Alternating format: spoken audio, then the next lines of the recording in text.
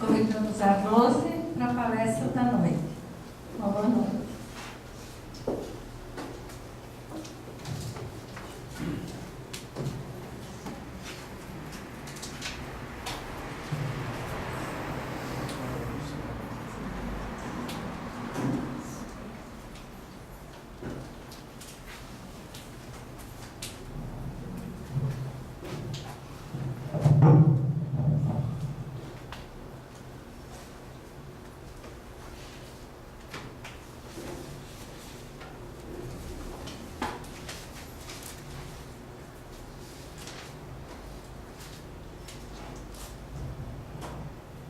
Boa noite a todos. Que Jesus abençoe o nosso trabalho, que possamos sair melhores do que viemos.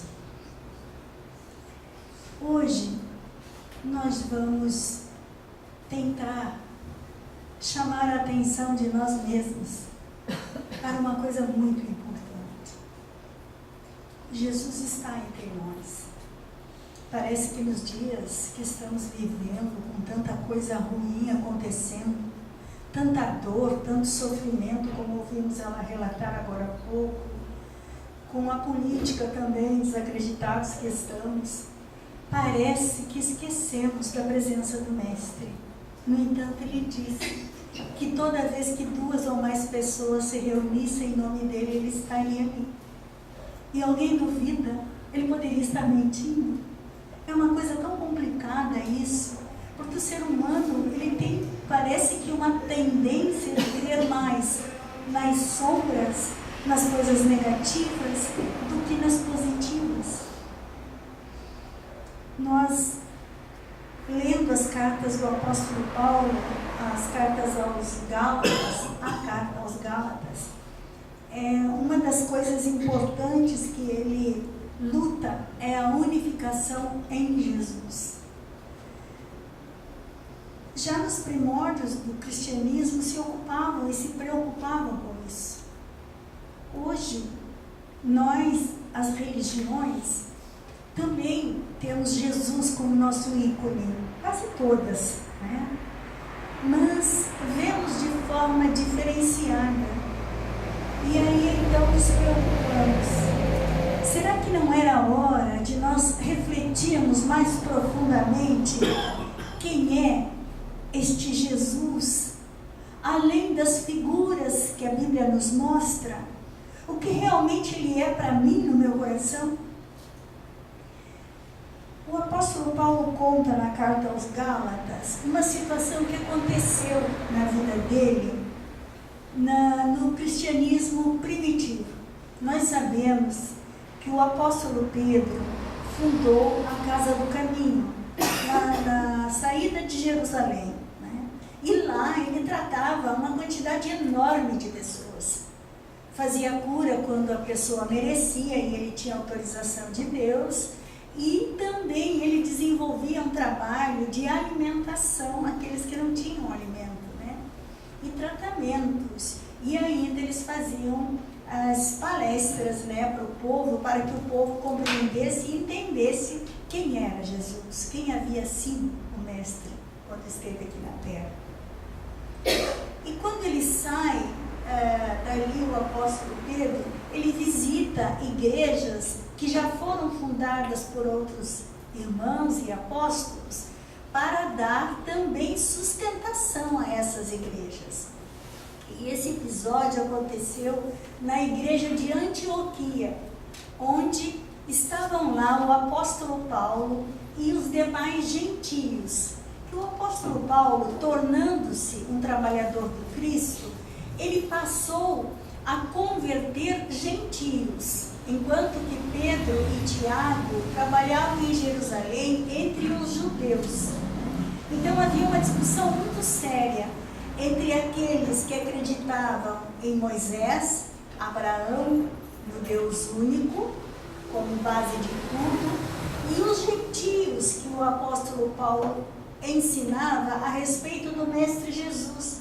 Mas eles não tinham a base antiga, a base de Moisés, a base do Deus único.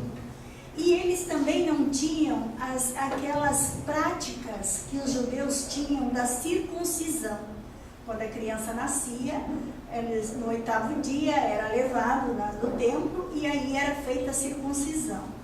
E isso era uma prática pregada por Moisés e por Abraão, de que se não tivesse circuncisado, não era de Deus, deste Deus único. Então era uma situação muito difícil, porque os gentios eram adultos e não queriam circuncisar. Então eles diziam que se aqueles que não tivessem feito a circuncisão não poderiam participar do cristianismo, da doutrina nova, da boa nova, né? Então a discussão era alta a respeito disso. Aí então Pedro, muito doce, muito terno, vai a Antioquia e confraterniza com os gentios de lá, amigo, janta com eles, passeia na cidade com eles, faz então as preleções no templo para eles, tratando a todos amorosamente. Mas Tiago, que havia ficado cuidando da igreja de Jerusalém, teve problemas. E aí escreveu uma carta para o Pedro e enviou alguns emissários para levarem a carta. Quando os emissários chegam na igreja de Antioquia, Pedro, sabendo que Tiago não iria admitir que ele estivesse dando aos gentios o mesmo tratamento que dava aos judeus, ficou receoso de magoar Tiago, já que os seus emissários estavam ali, e ele mudou o comportamento com os gentios. Até então ele era fraterno, amoroso, ele distanciou-se dos gentios e ficou mais junto com os judeus que havia vindo com a carta de Tiago de Jerusalém. E todos notaram, todos, principalmente Paulo. Paulo ficou indignado com aquilo. Não é possível. Os gentios eram cristãos, homens bons, seguiam a lei. No entanto, Pedro, que deveria dar o exemplo, estava fazendo a diferença. E aí começou uma grande discussão. E à noite, então, quando eles se reuniram para fazer a preleção, o estudo da página do Evangelho, né, dos escritos de Levi, que era Mateus, aí começou aquele tititi naquele grupo imenso, porque eram centenas de pessoas que assistiam a essas palestras. E começou uma discussão entre o povo a respeito do Pedro. Quem seria de Pedro e quem seria de Paulo, né? E aí então Pedro percebeu a situação e ficou constrangido, ficou calado, não sabia o que fazer. Enquanto que Paulo corajosamente assumiu a tribuna e começou a queixar-se, dizendo que não estava muito feliz com o comportamento do apóstolo Pedro. E ele fala de uma maneira bastante agressiva, porque ele diz assim, o Paulo ele era assim, era tudo ou nada com ele, né? Então ele tinha esse costume de colocar as ideias dele com muita clareza. Ele colocou assim, Simão tem personificado para nós um exemplo vivo. O mestre nos deixou como uma rocha da fé imortal. No seu coração generoso temos depositado as mais vastas esperanças. Como então interpretar este seu procedimento de hoje, que está afastando-se de irmãos incircuncisos desde a chegada dos mensageiros de Jerusalém? Então ele vai nesse teor fazendo as queixas dele. E o Pedro começa a ouvir aquilo tudo e vendo o rosto tomado de cólera daqueles irmãos que ali estavam, né? Os judeus, que os judeus não estavam gostando, ele não sabia o que fazer. Aí começou a lembrar do Cristo crucificado. E aí a cruz do Cristo parecia muito forte para ele. E ele percebeu que havia uma linha reta vertical e uma linha horizontal sobrepostas, muito retas. E ele pensou que aquilo era um ângulo de equilíbrio. E que naquela hora ele precisava de muito equilíbrio e retidão. Ele entendeu que aquela lembrança era uma mensagem do próprio mestre falando para ele que ele precisava ser sincero, equilibrado, reto. Aí ele lembrou que Jesus havia pedido 3 vezes para ele: Pedro, apacenta as minhas ovelhas. Primeiro pergunta: Pedro, tu me amas? O Pedro disse: eu amo, Senhor. Então apacenta as minhas ovelhas. Dali a pouco ele de novo: Pedro, tu me amas? O Senhor sabe que sim, Senhor, eu o amo. Então apacenta as minhas ovelhas. E por 3ª vez ele repetiu a mesma coisa. Então o Pedro naquele momento sentiu que chegara a hora, que ele precisava tomar uma atitude. E é então que ele responde de uma forma muito linda.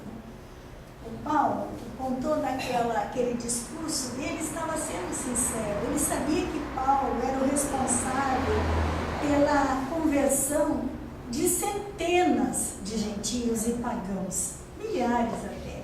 Então ele sabia que era um homem honrado e reto, não podia contrariá-lo.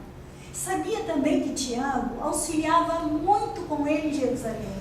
Ele acalmava os judeus. No templo ele era respeitado e a casa do caminho existia também por causa do Tiago.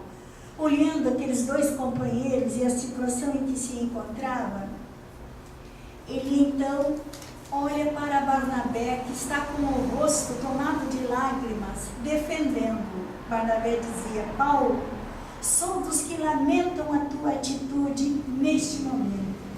Com que direito poderás tu atacar a vida pura do continuador do Cristo Jesus? Barnabé dizia isso com a voz embargada de lágrimas. Longe de se impressionar com isso, Paulo olha para Barnabé e diz: temos sim, temos um direito, o de viver com a verdade e o de abominar a hipocrisia. E o que é mais sagrado, temos o direito de salvar o nome de Simão Pedro das arremetidas farisaicas, cuja sinuosidade conheço, por constituírem o bárato, o momento escuro de onde eu pude sair para as claridades do Evangelho da Redenção. O Paulo conhecia os fariseus, sabiam que eles podiam enredar, né, Simão Pedro e Tiago. Então ele dizia que estava fazendo isso. Aí então Pedro percebe que é a hora. Levanta-se, a fisionomia serena, pois sentia a presença de Jesus ali, naquela hora, com ele. Os olhos estavam orvalhados de lágrimas. Valendo-se de uma pausa mais longa de Paulo, ele ergueu a voz e em seguida apaziguou todo o tumulto da guerra. Irmãos, disse ele nobremente, muito eu tenho errado neste mundo. Não é segredo para ninguém que cheguei a negar o Mestre no instante mais doloroso do Evangelho. Tenho medido a misericórdia do Senhor pela profundidade do abismo das minhas fraquezas. Se errei, irmãos queridos e amados de Antioquia, eu peço perdão por minhas faltas.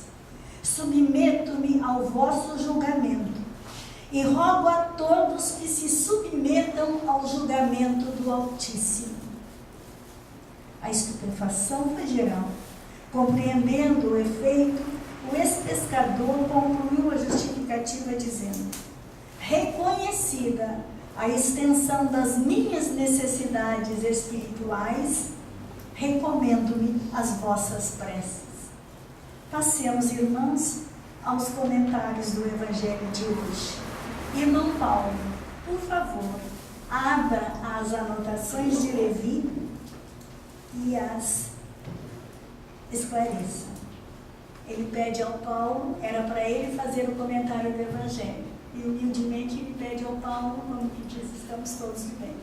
Abra o Evangelho e esclareça o texto para nós. Isto foi muito importante para me fazer compreender, amigos, que como nós perdemos tempo com resingas, com confusões, com situações às vezes até desfavoráveis mesmo para a nossa jornada. Estava lembrando que tem um texto que fala em Lucas, que fala do anjo, que todo luminoso ele sobe a colina onde estavam os pastores naquela noite, aquela estrela brilhando no alto, e ele diz: o Senhor Jesus nasceu o Salvador. Fala para os pastores que nasceu o Salvador, e os pastores com medo. Ele diz: não tenhais medo, avisando que daquele dia em diante seria diferente. E isso não é só para os pastores, isso é para todos nós, o tempo todo. A doutrina espírita hoje traz o cristianismo redivivo, renascendo outra vez para todos nós. E ele nasce no nosso coração. A gente não pode imaginar hoje e dizer: Jesus vai voltar. Como que alguém que nunca foi vai voltar? Ele nunca foi. Ele esteve sempre junto conosco. Toda vez que 2 ou mais pessoas se reunirem em meu nome, lá eu estarei. Está sempre junto conosco. Está sempre dando a nós imagens, como Pedro teve da cruz, para que a gente entenda e compreenda, sem prejudicar o nosso crescimento espiritual, porque Ele não nos dá nada que possa prejudicar o nosso crescimento. Então a gente precisa refletir, a gente precisa pensar, a gente precisa aproveitar as deixas que Jesus nos dá para entender as situações que vivemos na nossa vida. No Evangelho segundo o Espiritismo, no capítulo 20, versículo 5, somos conclamados, todos nós, a atitudes em prol da união, da nossa união em Jesus. Diz o seguinte: trabalhar no campo do Senhor com desinteresse e sem outro móvel senão a caridade. Mas ai daqueles que, por efeito das suas dissensões, vejam bem, suas dissensões, houverem retardado a hora da colheita, pois a tempestade virá e eles serão levados ao turbilhão. O que é essa tempestade se não é a dor do dia a dia? Se não é os transtornos que nós vivemos, os sofrimentos? As coisas continuarão acontecendo na nossa vida, mas a visão dessas coisas é que muda, modifica, se estivermos com o Mestre junto conosco, no nosso coração, ouvindo-o constantemente. Ler o Evangelho é ouvir o Mestre, refletir nas suas frases, é buscar compreendê-lo, é trazê-lo para as situações do dia a dia. Quantos de nós, nas sombras das dores, das picuinhas, das alfinetadas do dia a dia, nos perdemos em casa maltratando os nossos amores, dizendo coisas sem nexo para as pessoas que a gente ama demais, que lutou no plano espiritual para hoje estar ao lado dessas pessoas. E aí por nada, por sombra de desespero, de afastamento do Mestre, esperando que um dia Ele volte, esperando que um dia um milagre aconteça. O milagre somos nós. O grande milagre é a decisão da nossa existência. Quando nós, já despertos, senão não estaríamos aqui, estaríamos vendo a novela em casa, né? Estamos aqui, estamos despertos. Existe um laço muito forte, é o fio da confiança, que une nós com o Cristo. Essa certeza que nós temos, certeza absoluta de que tudo o que acontecer em nossa volta é para o nosso bem. Se pensarmos na morte, ela virá no dia certo. Se pensarmos na vida, ela florescerá com toda a sua intensidade.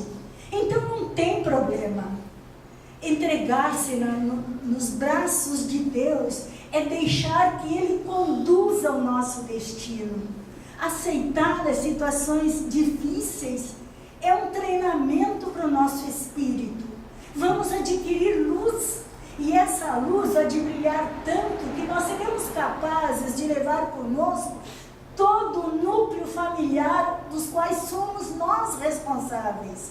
Esse núcleo familiar que convive conosco precisa da nossa luz, porque não está tendo, como nós estamos, a clareza do Evangelho. Nós, dentro da doutrina espírita, nós temos a clareza do Evangelho de tal forma que é como se o próprio Mestre estivesse constantemente conosco. Quando Paulo levanta a voz para defender a pureza doutrinária, quando ele quer explicar que as práticas exteriores nada têm a ver com o Evangelho, ele é respeitado pelo Pedro. Porque o Pedro sabe que está com a razão, o Paulo. E quando Tiago faz o sacrifício de guardar para si os ensinamentos do Cristo e ouvir pacientemente os judeus em Jerusalém, para que eles deixem o caminho livre para a casa do caminho, também está sendo um servo do Cristo. Está dando o seu tempo e a sua coragem, o seu enfrentamento necessário. Por tudo isso, o Pedro também respeitava Tiago.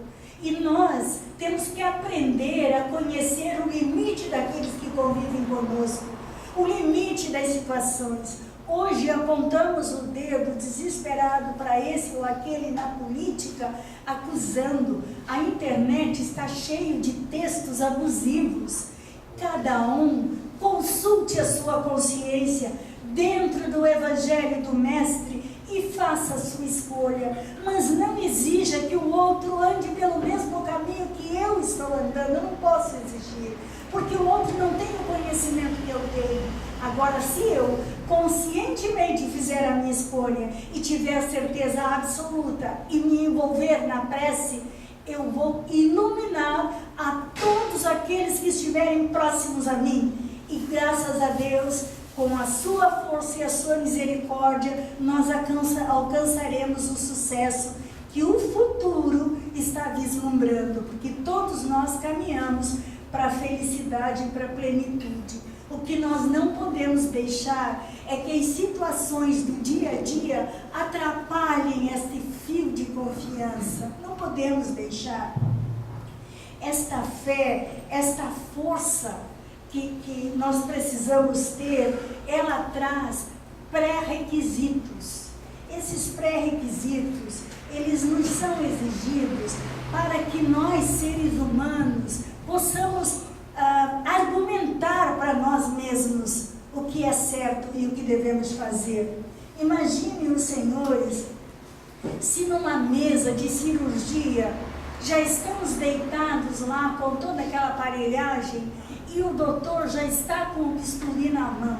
Nós olharmos para ele e perguntarmos: doutor, o senhor acredita nesta cirurgia? Ele disse: não acredito, mas vou fazer igual. Tu não levanta dali e sai correndo? A gente levanta, a gente não aguenta, porque a gente fica com medo. A confiança é fundamental. Ou nós não confiamos, ou nós confiamos ou não confiamos. Se não confiamos, o que vem? O desespero, porque nos sentimos desamparados. Estamos sozinhos, ninguém está por nós. Diz no texto do Emmanuel, que o Haroldo fala numa das suas palestras bem interessantes, que os pré-requisitos são como um piloto que entra no avião, liga todos os botões e ainda fala com a torre, dizendo que está pronto para levantar voo e pede licença. E a torre então dá licença, né? E o avião levanta voo. É uma certeza. Por quê? Porque todos os pré-requisitos foram cumpridos.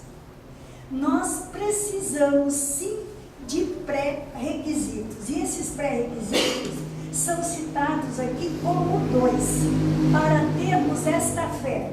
Primeiro, nós precisamos conhecer profundamente o objeto da nossa fé, que no caso é o Mestre Jesus.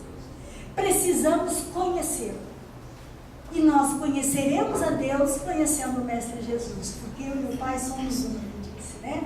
Então, se Jesus chegava na criatura e perguntava: o que queres que eu te faça? Né? Ele perguntava, porque ele precisava ouvir da pessoa a autorização para que ele agisse no corpo dela.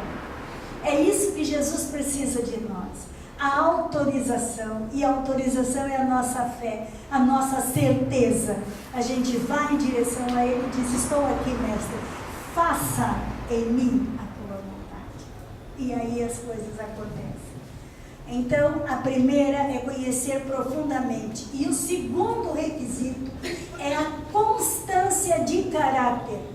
A doutrina espírita está cansada de nos ensinar que é necessário a elevação espiritual para conseguirmos atingir as benesses que o plano espiritual tem para nós. E essa constância de caráter tem como princípio a harmonia, a serenidade, a paz. Se eu confio absolutamente, eu me entrego. Se eu me entrego, eu estou sereno, em paz. Então, é fundamental que essa constância de caráter existe. Porque se hoje eu quero, consigo, e amanhã eu não quero mais, eu estrago tudo. Jesus dizia: vai e não peques mais para que não te aconteça coisa pior. Não é assim? Então, para que este fio condutor da nossa fé seja firme, seja absoluto e seja eterno, é necessário a constância de caráter. Nossos desejos, nossa decisão, ela tem que ser firme e única. Nós não podemos querer hoje o azul, amanhã o amarelo. Quando chegar no terceiro dia será verde, não será o que nós queremos, né? Então, a gente precisa ter certeza absoluta dos passos que vai dar. Então, este fio condutor que há de dar para nós todos o desiderato, aquilo que nós desejamos, o nosso objetivo, né? Nós poderemos, com certeza, trabalhar com Deus, sabendo sempre que com Deus não se negocia, ética e moral não se negocia, os princípios divinos, a lei estão escritos na nossa consciência. Dentro da ética e da moral, da lei, nós podemos pedir o que quisermos e sempre seremos atendidos, sempre, talvez mais tarde, outras vezes mais cedo, dependendo das nossas necessidades. Poderemos, com certeza absoluta, entender que quando eu na minha casa faço o evangelho no lar, Jesus está ali, absolutamente. Jesus está aqui, agora, entre nós. E nós precisamos ainda da imagem do seu rosto, porque nós não somos ainda aquele espírito capaz de introjetar aquela luz que o mestre é, nem compreendemos essa luz. Então nós fazemos o rosto, os olhos cor de mel, os cabelos cacheados por sobre os ombros, a serenidade e aquele olhar rogando para que a gente tome essa atitude, essa decisão que já tarda demais. Nós precisamos sim fazer como Pedro, reconhecer a nossa pequenez, perceber que todos aqueles que nos ofendem, todos aqueles que nos tratam mal, que nos magoam, merecem a nossa compaixão e o nosso amor redobrado, porque ainda não estão na condição de ver o Mestre como nós estamos vendo agora. E teremos por sobre a nossa cabeça a bênção da sua mão e a certeza de que tudo há de florir. Que Jesus abençoe.